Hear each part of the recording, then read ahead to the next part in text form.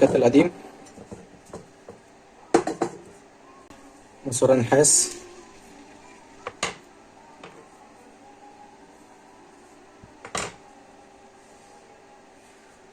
دي ماسورة بتاعت مية،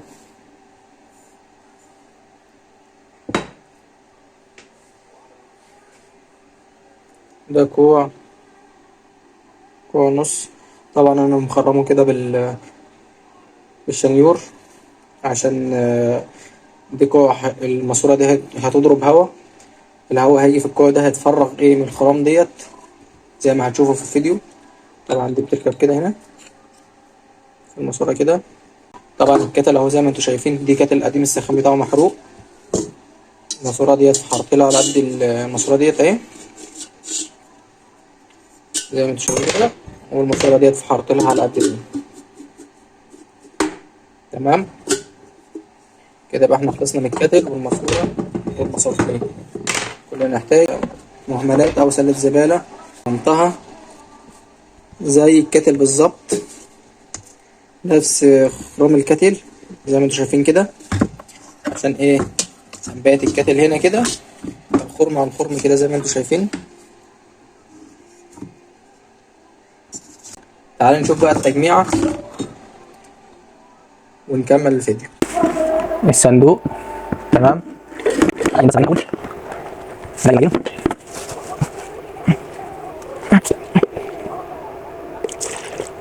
انا عايز كده ورا ايه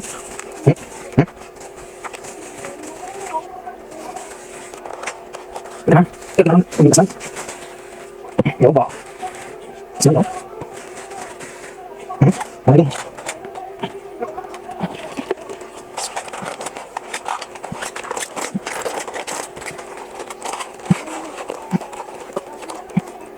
كده بقى بعد كده الشقه هطلع بس عادي كله سويت فيديو. الحمد لله سويت كل حاجه البيت قلت ما هي حته عمليه كده تصبي طبعا. لو بعد كده نلعب عند البيت ونضرب كويس طبعا. هنطلع عجينه زي ما انتم شايفين كده، نركنها دلوقتي. احنا هنعجن تاني بس يلا. اهي السله اهي، هنحط فيها اسمنت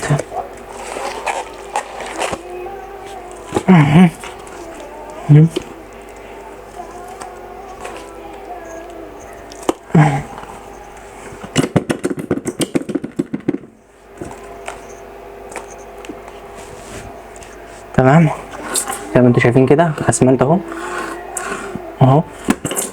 هنجيب كاتل كده نثبته كده.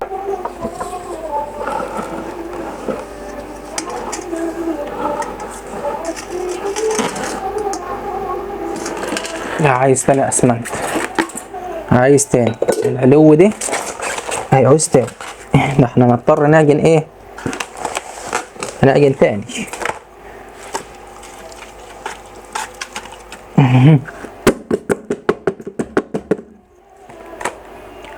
حط الكاتل كده تاني ماشي.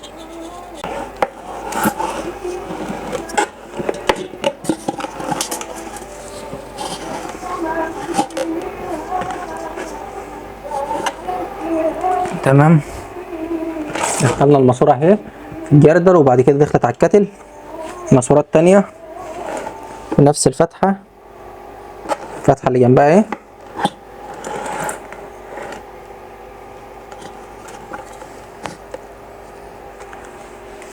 زي ما انتوا شايفين كده اهي.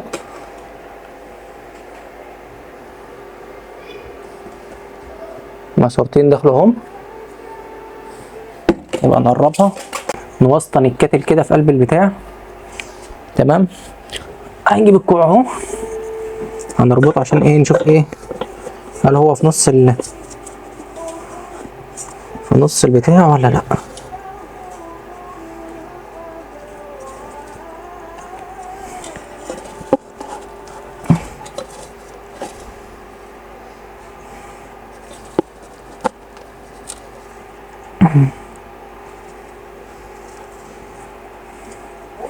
اهي الماسوره اهي داخله في الكاتل. الماسوره التانية اهي 2 كيلو اسمنت. طبعا ال 2 كيلو اسمنت بكام؟ ب10 جنيه. عشان مفيش حاجة تخش الكتل كده زي ما انتم شايفين. يلا يلا يلا يلا.